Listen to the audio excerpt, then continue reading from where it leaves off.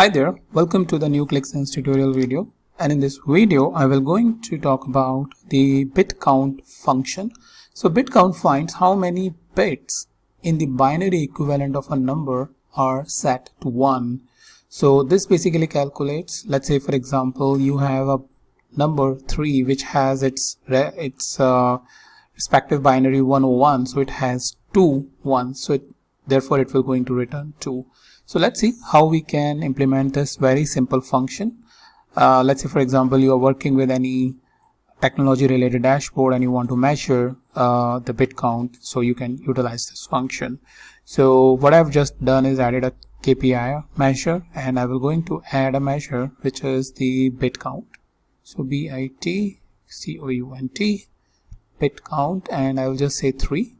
So 3 is a binary 101. So what you get is basically 2. Similarly, you have you can mention whatever that field which contains binary number, and you have the relevant dimension, and you can display that. So if I just press tab, again it will going to have a 2 binary, or if I just say 100, then how many binaries are there? 400 as a number, or maybe say 3 4 5 6 7, then what is the binary that you have for this particular number.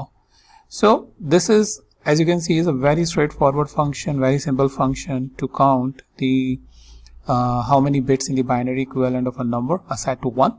And if that is what you need for your report or dashboard, then you can utilize the bit function. So that's mainly, very quickly I wanted to just show you that this function is available within Qlik Sense if you are looking for it. And very straightforward, you can either provide a number or provide any field, and with the help of other dimension which is related to the numeric field, you can slice and dice the way you want. So that's pretty much it, and I'll meet you in the new video with a new topic.